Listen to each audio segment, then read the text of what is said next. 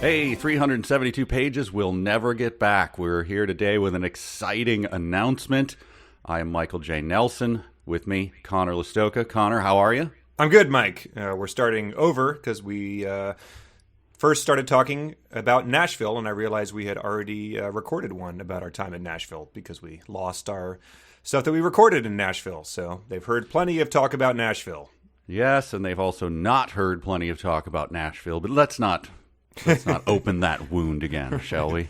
No, let's not open a wound because we've got some important and exciting stuff to talk about. We covered a lot of potential books the last time that we talked to everybody, and it's been a week and a half since then. I've attended a bachelor party since then, and I'm still standing. Oh, was this, you flew off to one, right? Yeah, flew back to D.C. and went to my brother's bachelor party. He's getting married Memorial Day weekend, so I got to hang out with a bunch of people who are 8 years younger than me. So it was getting exposed to a wild new variety of drinking games that were far more sophisticated and advanced than anything I had ever learned. You were warming up your beer pong skills, and they were going, oh, old man. Yeah. We played 25 years ago. We played beer dice. Ooh. And so it was a good one. I'll show it to you the next time we're there. It's intricate and involved, and the Bud Light did flow. Oh, ooh. Yeah. Did you buy the keg? It was, if you're going to be playing beer dice, you don't want to be doing that with a fine IPA that costs $16 a 4-pack. Yeah, a triple IPA slamming it down. But yeah, no. So like while we were there, I didn't really find a way to worm any of the current stuff we've been reading into the conversation. That was not how I chose to try to endear myself to these youngsters. Wait, but none of them had read 64 Squares? Not a single one? No, none of them had read that. There was never an awkward moment where someone was, talking about how they loved Ready Player One and I had to bite my tongue. So that was nice. When you threw out your "Who is the sheriff of this bachelor party?" and no one responded. Right. I just slack-jawed. Walked out the door and into the lake of where we were staying. Well, mazel tov to your brother. When does that go down? A couple weeks, Memorial Day weekend. Wow, fantastic. Yeah. I celebrated being done in Nashville by getting the worst spring flu I've ever had, with a throat of shredded hamburger and just swallowing is a utter pain. Like you just go, do I really have to do this? Am I going to endure another swallow? Right. So I got that going for me, but wow. I'm coming out of that. You might hear just a touch of it. I apologize for that. A touch of nullity in your performance? Just a little bit there, Captain.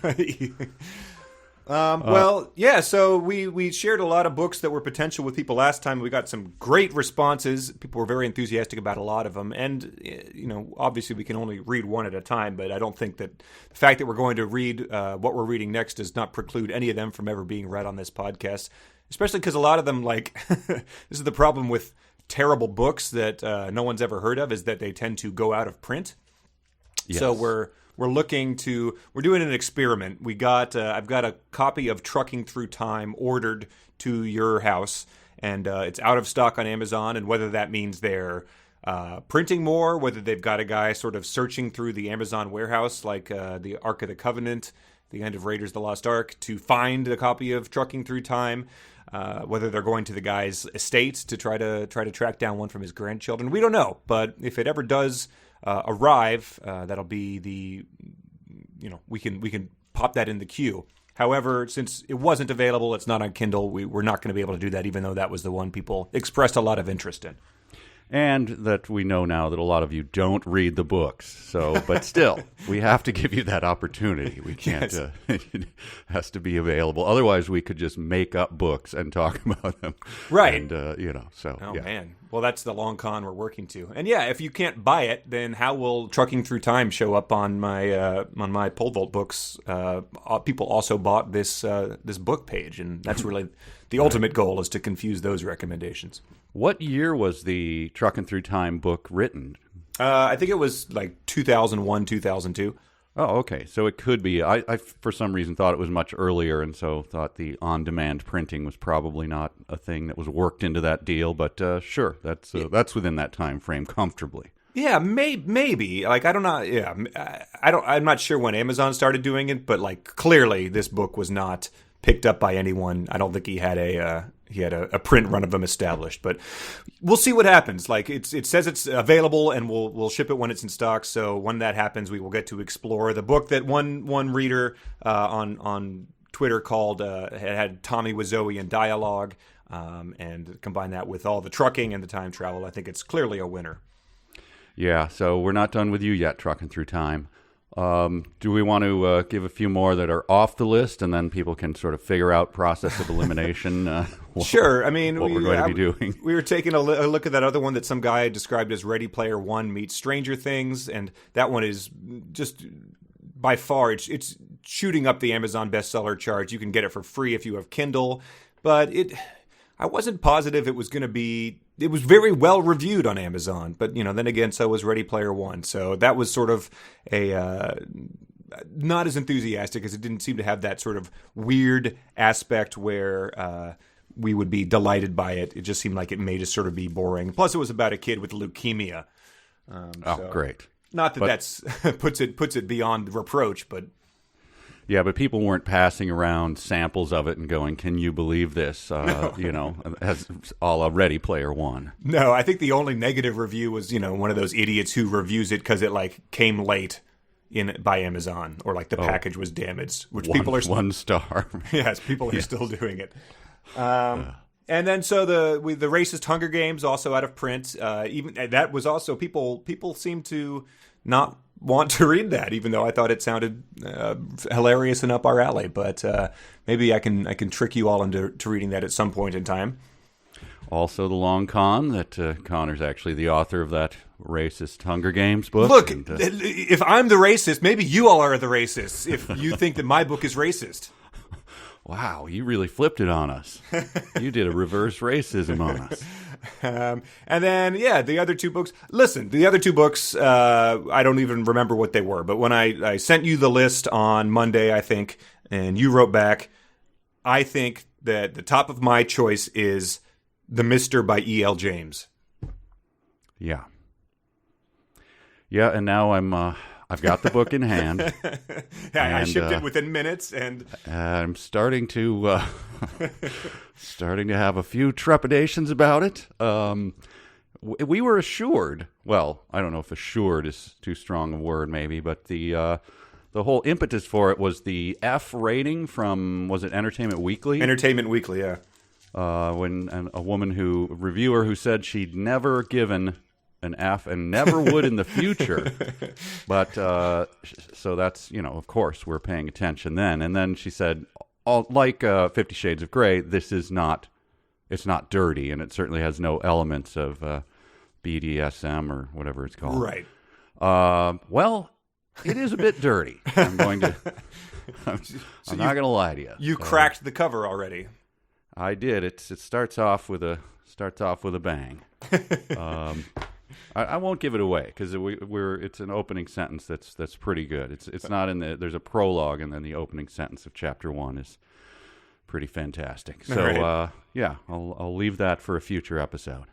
Okay, well, yeah, but so we're going to read The Mister by E.L. James, and clearly the oeuvre of E.L. James is not something that either of us are or familiar with or well versed in. So I did some research into her backstory. I guess I shouldn't say we're not familiar with it, because when the movie of 50 Shades of Grey came out, a lot of people were saying that you've got to do a riff tracks of this. I think, our Twilight stuff was very popular, so they thought this would be the same sort of thing. And we were like, well, I don't know. And I think that more than anyone else, I was like, come on, how bad could it be? And we watched it in Nashville one time, and even I was like, oh yeah, there's no way. This would be so weird to just be sitting here during these like lengthy and more explicit than I had imagined scenes of people rolling around on each other, just to like be cracking schnoppy jokes for and acting like this is a normal thing that you felt comfortable doing. Yeah, we're all sitting there, a bunch of grown men, and in a rented house in Nashville, and here's 50 Shades of Grey playing out on the big screen. It's like, what are we? What have we become? Drawing curtains so we don't have to so that we don't get kicked out of the Airbnb. And the lesson we learned from that? Apparently nothing, because we're wading in right now into pretty much the same thing. Right. So yeah. So the backstory of this author is that once Twilight came out, she loved them so much that she decided to start writing her own fanfic on fanfiction.net, the premier fanfiction site where we were pulling all our Ready Player One fanfiction for. And she wrote a Twilight fanfic called Master of the Universe. And her pen name for that, E.L. James is a pen name too, but she used the pen name Snow Queen's Ice Dragon, which is it's like a Second Life handle where you've got a pixelated ice dragon, I guess, as your avatar. And then, so this was a sensation on fanfiction.net and ended up morphing into the 50 Shades books, which were clearly just, absolute sensations. 125 million copies worldwide. She landed on Time's 100 most influential people list in 2012. And by 2013, she was Forbes' highest earning author to the tune of $95 million. Ugh, boy. Yeah. So yeah, she could buy and sell us all.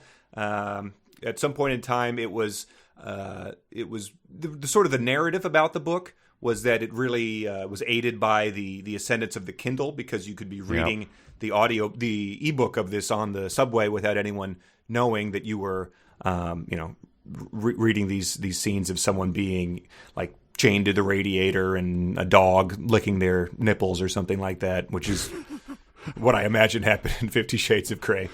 I have an elderly relative who I'll keep some level of anonymity here, who was by a pool with a bunch of other similarly aged women, like who should be old enough to know better. And they started discussing 50 Shades of Grey. And this relative said, "Could you please stop? I don't have any interest in this stuff, and this is just..." And they persisted, and so she had to storm off to not hear about dogs licking nipples or whatever. from these respectable, this is retirement age ladies. Yeah, so. from people who would be bouncing their grandchild on their knee moments later if timing worked out. Yeah, I found that phenomenon bizarre.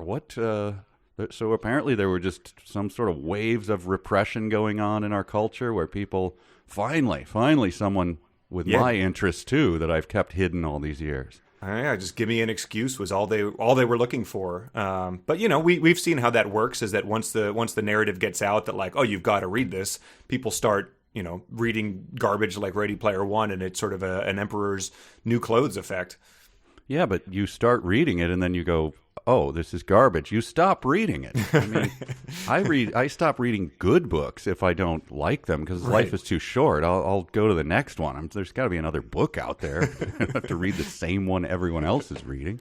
Right. Yeah, but I guess it probably had the maybe the book club effect going for it type of thing where you'd get around and have bottles of wine and then the host would direct you over to the radiator with their dog type of thing. So I guess that's how these things just sort of happen. Peer pressure gets people to make a talentless author earn $95 million. It's Hootie and the Blowfish effect, I guess. I don't know. It's just there, and people seem to like it. So yeah, sell it to me too, I guess. Second concert I ever went to. No way. Well, it was, it's exactly what you said. It was on the radio, so it was like, well, they're coming to town. What am I going to do? Not go to that? Which raises, of course, the question, what was the first? Green Day. And was this under your own choice, or was this sort of a bunch of guys are going to this, or did you beg the parents, please? I think it was the sort of thing where I was like, for about a week, I was working up the nerve and the backstory to sort of time it with bringing home a good report card or something to then ask my parents. And then when I asked, they were like, oh, sure, sounds good. I don't know. And I was like, it's this easy? You of course know my first concert. I believe I have told you this. Rush, right? It was Rush. At 16, I went to a Rush concert, and I was a pretty sheltered kid, a pretty good kid. And the amount of doobies passed to me was just mind-blowing to me. I had never I mean, I was 16. I hadn't been to a concert, so Right. it was, You're looking that was around to shocking. see if it was a setup or something, like an elaborate test by your parents. Yeah, the Doobies and the fact that Rush was on the stage were the two most shocking things to me. Right. In a sliding door scenario, you could have emerged from that and become Ernest Cline. Oh, that's right. But yeah, so I think that the Kindle effect is probably working for this book as well. It's also a worldwide bestseller on Amazon. But I think the challenge for this, to you, to me, and to our readers, is to go out in public, to wherever you might do some reading, whether the coffee shop or whether you're waiting outside the bar to open at 10 a.m. I want people to be reading this book paperback so that people can see them, and they have to answer some questions about it. I will do it if you will do it. Oh, I will do it. I have a lot of experience. I used to have to write reviews, and they would just assign the review. And a lot of times you'd get review copies, but sometimes it wouldn't come in time. And so I'd go to the video store and have to go, can you snag that Sex and the City 2 movie off the shelf there for me? I really need to see that. Yeah, toss in a Corky Romano, and I'll make it a double feature. Yep. So I'm fine with. I'm steeled to this challenge. And then the other detail about this author was that she sort of employed the Star Wars tactic, where every Star Wars new movie is now just about either the backstory to the Death Star or the creation of another Death Star, or like the Death Star as told by the viewpoint of the Death Star's brother-in-law. And so she did that. I didn't know this until we looked into this. In 2015, she released Grey, subtitle 50 Shades of Grey as told by Christian Grey. So she's just it's like the gospel. She's just sort of telling it in a slightly different fashion. Yeah, she didn't stop with one, right? No, there was I guess she retold the second book as told from his point of view too, and there's a third book. So the fact that this is getting Fs from people is a sign that maybe she should just go back to that well. Well, speaking of dogs, how about a new thing where they told from the perspective of the pet, but then the book is for your pet, for you to read to your pet. Well, all right. Huh? Sure. So you just you keep looking over at your dog to gauge its horniness level as you're reading this to them, which is not very difficult with a dog. Right. I thought I saw a hump. It's licking itself. Is that just because it's itchy, or it's actually horny? All right. So if you read this book to your dog and your dog gets horny, send that to us as well. Video footage, please. Video, of course. Yeah. And so the other, not too much else to discuss about this, but I thought some of the customers who viewed the Mister on Amazon also viewed section was pretty entertaining. Some of the titles there were Stolen by the Scottish Rogue. Stolen by the Scottish Rogue is the title, not Stolen by the Scottish Rogue. Oh man, that would be so much better. I mean, that's not a worse fan fiction pen name than Snow Queen's Ice Dragon. No, I don't see that name and want to go, oh, I'm going to read this clearly, but the Scottish Rogue, Stolen based on the novel Push by the Scottish Rogue. The other one was America's Geek Heart, which, if you look at the cover of America's Geek Heart, the idea that they're trying to pass this guy off as a geek is just so offensive to true geeks like, Ernest Cline and Wade Watts. Is he one of those, I guess you could just say I'm a geek. I go to Marvel movies and... Right. And he's got, Zac Efron's entire... It was pretty much, give me Zac Efron that I cannot license type of thing. Right. And then the other one that was funny was, this was a long one, Bad Blue Bloods, a high school bully romance, parentheses, rich boys of Burberry prep.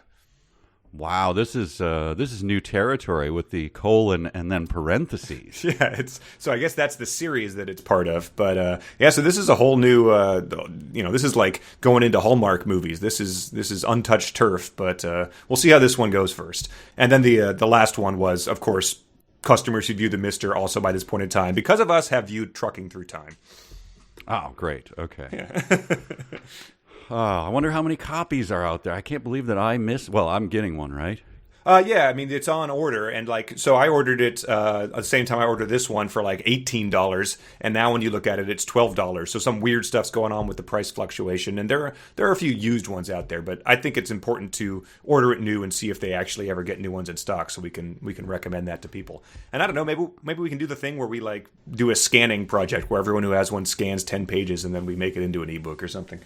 Yeah, I hope we can push it up into that, white paper or, rarefied professor book where it's $460 or something like that. Yeah. And it's got a title as long as the Bad Blood Blue Ones one, where you, right. It makes no sense how expensive it is, but. And so the last thing, this was my favorite review of the book so far. So the first two most helpful ones on Amazon are very critical and bad, but then the first helpful one is someone who says, "Where do I begin? Perhaps from the beginning? All right. E.L. James was my very first read, and I mean I never read books for fun or even when I had to for school." Wow.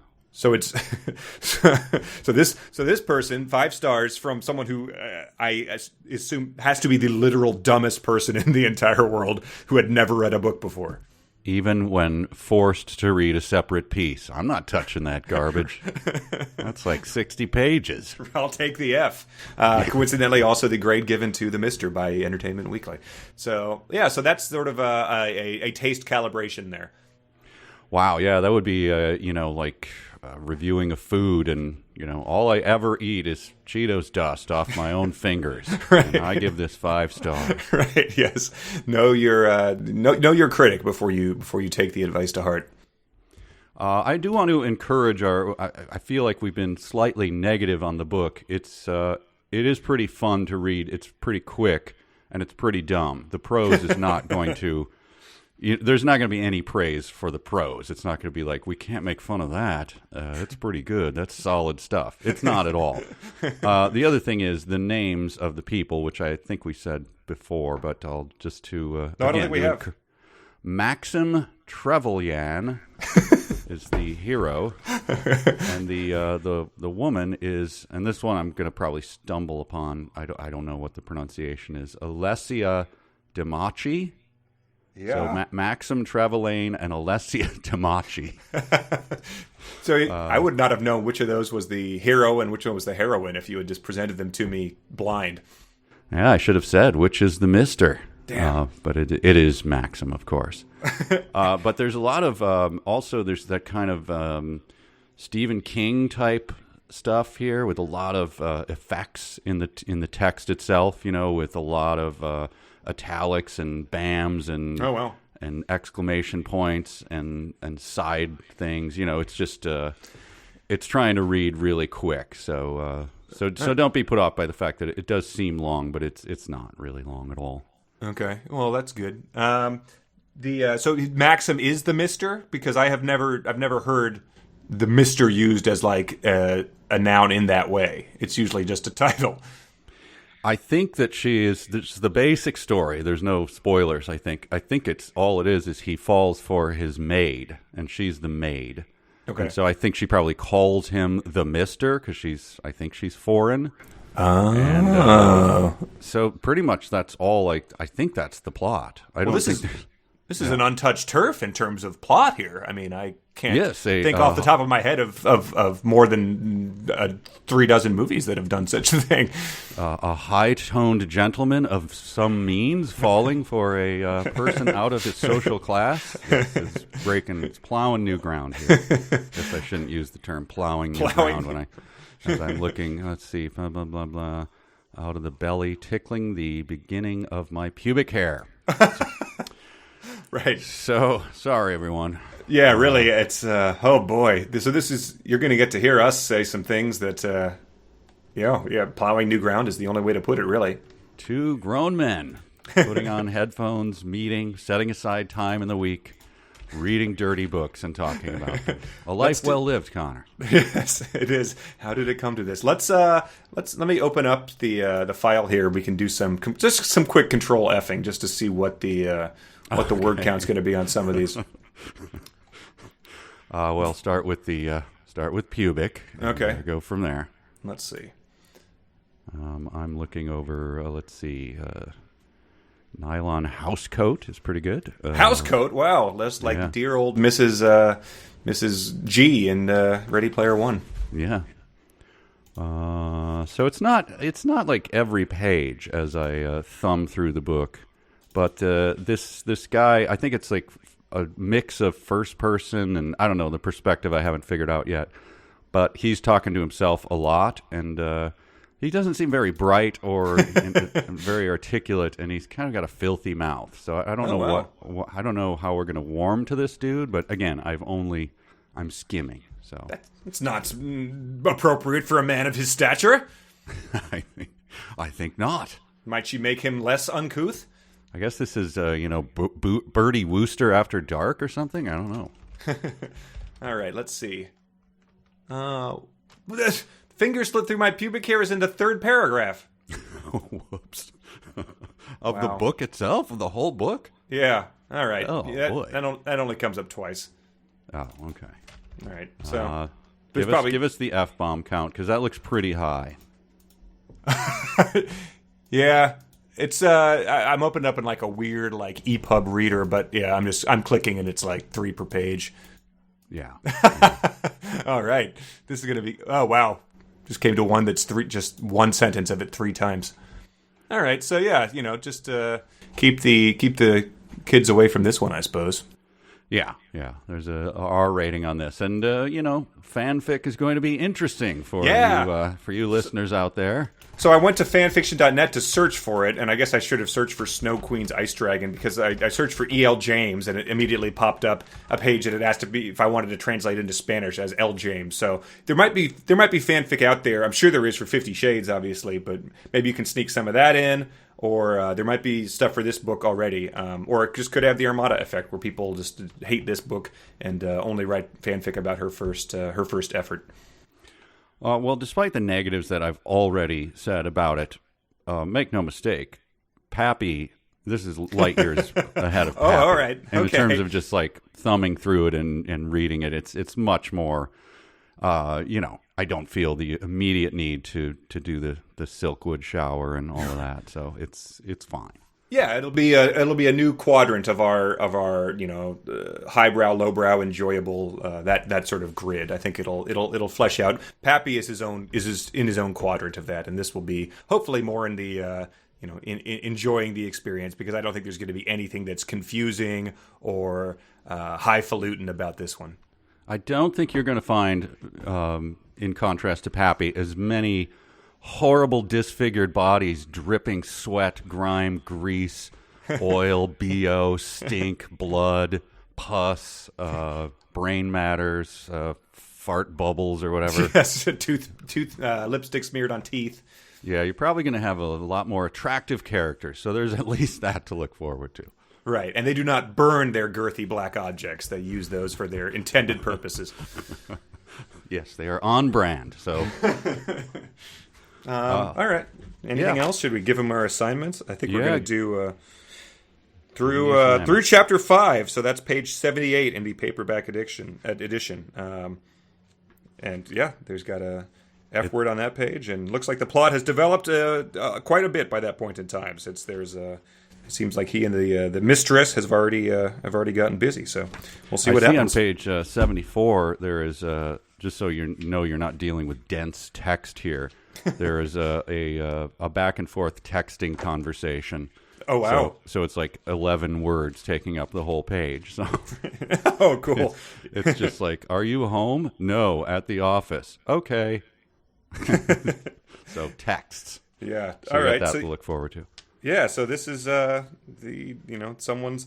A mother of 2 has written this, and I guess the question is always like what would it take for you to read your mom's erotic fan fiction? And I guess the tune of $95 million in future inheritance might be the answer to that question. So just keep that in mind as you read this. That this person's having her kids home for Thanksgiving. Yeah, and since she does have the pen name, nobody's gonna unless it's well known. You're in hiding, and when they ask what your mom does, you can just say, she runs a children's hospital, and no more questions. Right. She was hit by a truck when I was 3. Yeah. That's how we have all this money from the settlement. Well, I'm excited. I am too. I'm very excited. This is going to be much breezier than our last one. This is going to be more enjoyable. So, thank God. Yes, I look forward to it. And thank you for joining us here at 372 Pages. We'll never get back. Connor, last words go to you. Do not accidentally chain yourself to your radiator while reading this. That would be my advice. You never know what your dog will do. That is solid. Solid ending. All right, we'll see you next time on 372 Pages.